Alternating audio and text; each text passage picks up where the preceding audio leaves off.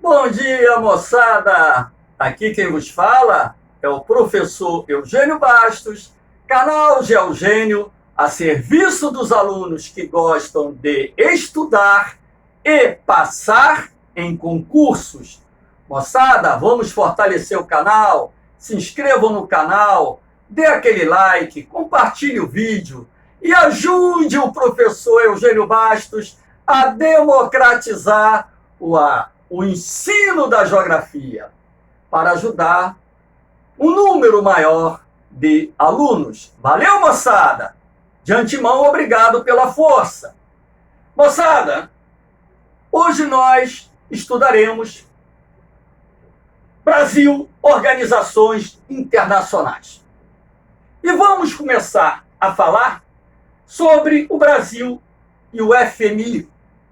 O Fundo Monetário Internacional foi criado em 1944 na Conferência de Bretton Woods, realizada nos Estados Unidos, e sua sede se encontra em Nova York, Estados Unidos.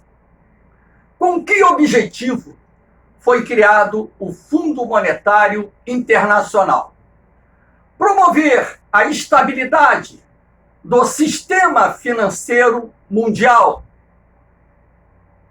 ajudar os países em dificuldade econômica através da cooperação financeira internacional. O FMI também estimula o comércio mundial e, de certa forma, tem sido um órgão de grande importância para socorrer economias, sobretudo de países em desenvolvimento, que estão em dificuldade. O Brasil, ao longo da sua história recente, já recorreu inúmeras vezes ao Fundo Monetário Internacional. Hoje, o Brasil não possui dívida com a entidade.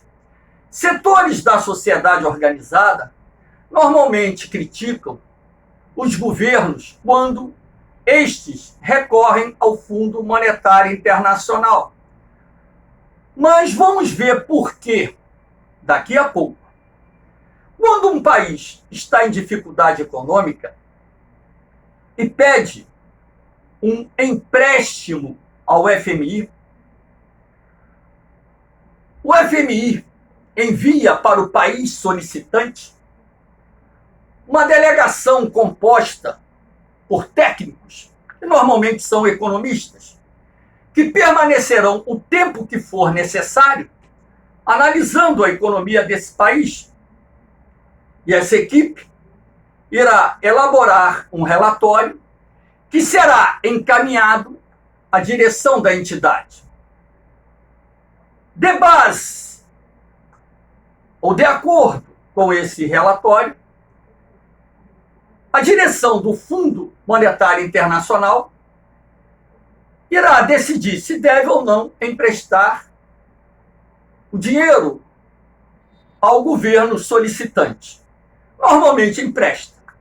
Mas antes de emprestar, o FMI elabora uma carta de exigências que o governo solicitante terá que cumprir.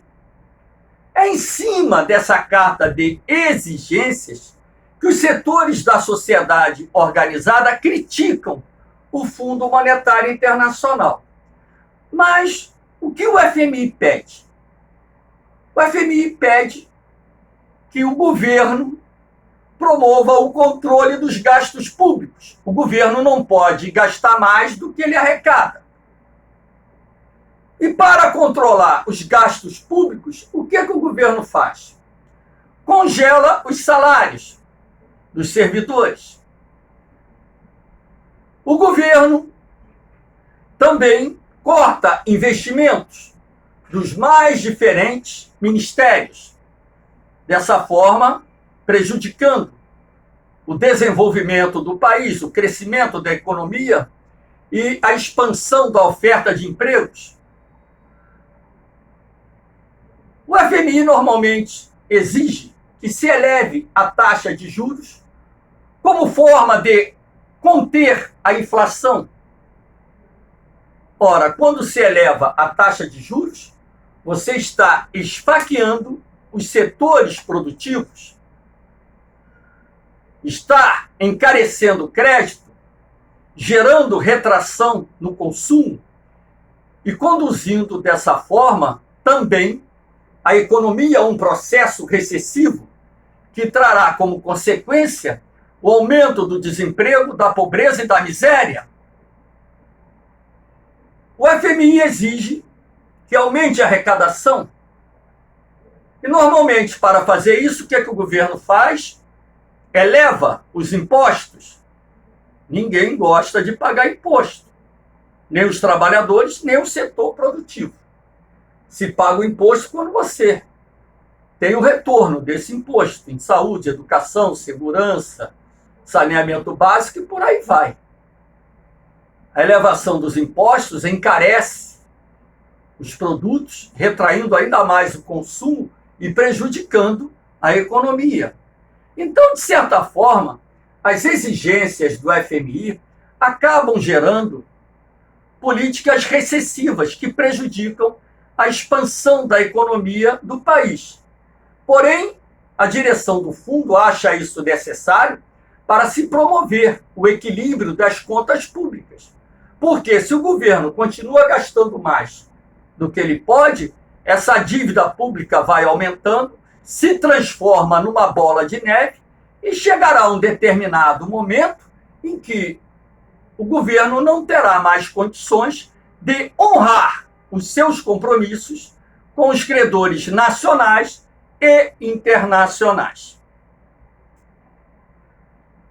O Brasil ele quitou a dívida com o FMI em meados da década de 2000 e no final da década de 2000 emprestamos dinheiro ao FMI atendendo uma solicitação da entidade para os países que pudessem ajudar o fundo, para que este pudesse ajudar os países que estavam enfrentando os efeitos da crise imobiliária que teve início nos Estados Unidos em 2007 e que gerou uma das piores crises do sistema capitalista mundial. Aqui nós temos o Brasil e a ONU. A Organização das Nações Unidas foi criada em 1945, sua sede fica em Nova York. A ONU possui vários órgãos, sendo que 2 são considerados os mais importantes. A Assembleia Geral, constituída por todos os países membros, que se reúne pelo menos uma vez por ano, no mínimo, e normalmente esse encontro se faz no mês de setembro, e é de praxe o presidente do Brasil fazer a abertura da Assembleia Geral da ONU. Na Assembleia Geral se discute assuntos de interesses internacionais, porém a Assembleia Geral não tem o poder de decretar nenhum tipo de ação contra qualquer país que esteja colocando em risco a paz e a segurança mundial. Quem tem esse poder é o Conselho de Segurança da ONU, que é o mais importante órgão da entidade. O Conselho de Segurança é constituído por 15 membros. 5 são permanentes: Estados Unidos, Inglaterra, França, Rússia e China, com poder de veto, ou seja, nenhuma decisão do Conselho de Segurança poderá ser tomada se um desses 5 países que tem poder de veto não for favorável. E 10 membros temporários que são eleitos e cumprem mandatos de 2 anos. No Conselho de Segurança da ONU, pode-se decretar um embargo econômico, uma intervenção militar para pôr fim a conflitos ou ameaças que coloquem em risco a paz e a segurança do mundo. O Brasil ele tem defendido a reforma do Conselho de Segurança da ONU. inclusive pleiteando uma vaga permanente no CS, no Conselho de Segurança. Pela reforma defendida pelo Brasil, o Conselho de Segurança da ONU seria constituído por 10 membros permanentes e 15 temporários. Brasil, Argentina e México, lutando por uma vaga destinada à América Latina. África do Sul, provavelmente, absorvendo a vaga do continente africano. Na Ásia, a Índia e o Japão iriam ingressar. E lá na Europa teríamos o ingresso da Alemanha. Para obter apoio internacional a tal pretensão, o Brasil participou de várias missões da ONU. No Timor-Leste, uma ex-colônia portuguesa localizada lá no Sudeste Asiático. Em Angola, no continente africano, recentemente no Haiti. O Brasil apoiou a entrada da China, no início da década de 1990, na Organização Mundial do Comércio. Enfim, a participação do Brasil como membro permanente do Conselho de Segurança da ONU iria nos dar maior projeção política ou geopolítica no cenário internacional. Porém, potências como Estados Unidos, a Inglaterra, são contrários à reforma do Conselho de Segurança da ONU, razão pela qual essa discussão não evoluiu até hoje. E eu, particularmente, acredito que tão cedo não veremos a reforma do Conselho de Segurança da ONU. Aqui nós temos a imagem de militares brasileiros que participaram da missão lá no Haiti. Aqui nós temos o Brasil e a Organização para a Cooperação e Desenvolvimento Econômico, OCDE. O Brasil ele reivindicou, através do presidente Michel Temer, em 2017, o ingresso do Brasil na OCDE. Já no governo atual, o Brasil passou a desfrutar de um status de parceiro da OCDE. O Brasil ainda não é um membro efetivo da OCDE. Mas, professor, qual seria ou quais seriam as vantagens para o Brasil entrar na OCDE? Bom, poderíamos promover acordos comerciais mais interessantes para o Brasil, poderíamos ter acesso a créditos internacionais junto aos países membros com taxas de juros menores, e esses dois aspectos seriam, por exemplo, de suma importância para a economia do Brasil.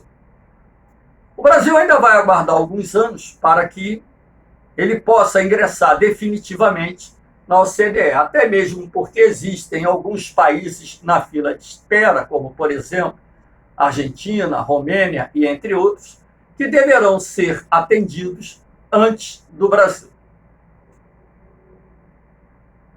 Aqui nós temos o Brasil no contexto da globalização. A globalização é um processo que resulta da crescente integração política, econômica e cultural entre os países do mundo. Processo este que teve início com a expansão marítima comercial lá no século XVI e que avançou num ritmo acelerado, sobretudo a partir do fim da Guerra Fria e desenvolvimento da terceira revolução industrial ou revolução tecnológica e científica, que possibilitou o desenvolvimento dos meios técnicos, científicos e informacionais numa velocidade jamais vista. Através desses meios, você tem a intensificação do fluxo de mercadorias, pessoas, capitais, as viagens internacionais de turismo, enfim. O processo de globalização nos levou a promover determinadas reformas econômicas e estruturais no início da década de 1990, apoiadas no princípio da doutrina neoliberal. Quando, então, nós eliminamos a lei de reserva de mercado, que restringia a importação de determinados produtos, nós extinguimos os monopólios estatais. O fim dos monopólios estatais foi de suma importância para atrair investimentos. O governo promoveu a privatização de inúmeras empresas públicas, atraindo mais investimentos estrangeiros, até mesmo porque parte dessas empresas foram adquiridas por grupos internacionais.